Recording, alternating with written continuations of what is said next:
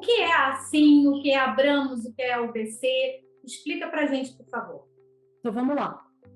As entidades de gestão coletiva, como a gente chama, essas associações de música, são entidades que congregam titulares de direitos autorais e conexos. Então, a gente tem duas formas de ver o direito autoral.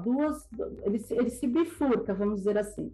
O direito autoral ele vai proteger os direitos dos autores, das editoras, tudo aquilo que tem relação com o autor, com a composição. Ao passo que o direito conexo vai proteger a parte do fonograma, a interpretação de uma determinada obra musical.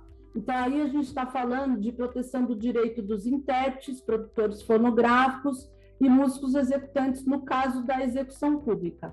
Lembrando que as entidades de gestão coletiva, que fazem parte do ECAD, a gente está falando aí de execução pública, tá? Porque existem várias modalidades de direito dentro do direito autoral e não só a execução pública. A gente tem os direitos de reprodução, dentro deles os direitos de sincronização, tem a edição gráfica, musical, né? Então, assim, a gente está falando especificamente da comunicação ao público, que é fazer a música chegar à audiência de maneira geral. Então, através de rádio, televisão, TV a cabo, streaming, qualquer meio que seja.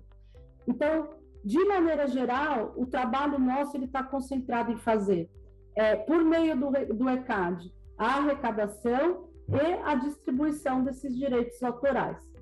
Então, as associações, elas unificam a cobrança no ECAD. O que é o ECAD? Que a gente ouve falar tanto. ECAD é a sigla para Escritório Central de Arrecadação e Distribuição.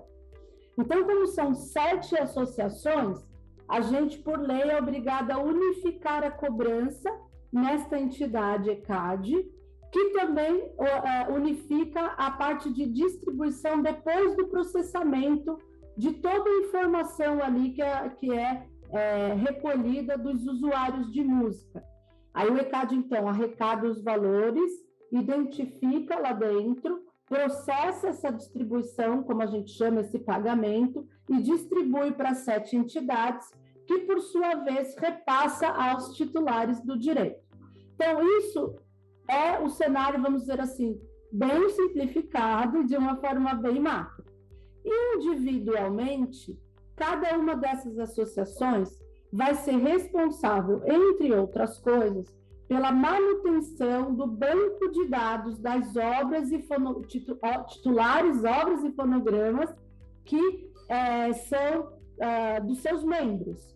Então, quando você se torna um associado da Assim, a Assim faz o cadastro lá o seu pessoal como titular de direito nas categorias que você escolheu, autor, intérprete, músico executante, por exemplo. Produtor. E aí, com base, você próprio está produzindo, a gente vai gerar o seu repertório. Quando a gente vai falar de titulares de direitos autorais e conexos, a gente está falando na ponta dos direitos autorais, de maneira geral, os autores, as editoras, e aí entram as subcategorias, né, subeditor, versionista, adaptador, etc. E na ponta dos direitos conexos, a gente vai ter os intérpretes, músicos executantes e produtores fonográficos. Então, os produtores fonográficos, eles podem ser independentes ou podem ser as grandes gravadoras, tá? Também são titulares de direito que eles têm sobre o fonograma. Muito bem. E o que acontece, como que essa informação toda se organiza dentro da gestão coletiva? As associações, elas atuam como mandatários dos seus titulares para a representação deles junto ao ECAD, a gestão coletiva, aos usuários de música. Muito bem. Quando você entra numa associação de gestão coletiva, você declara o seu repertório. Então, se você é um autor, você declara suas obras. Se você é um intérprete, você declara as gravações que você participou. Se você é um produtor fonográfico, você declara os seus ISRC, seus fonogramas.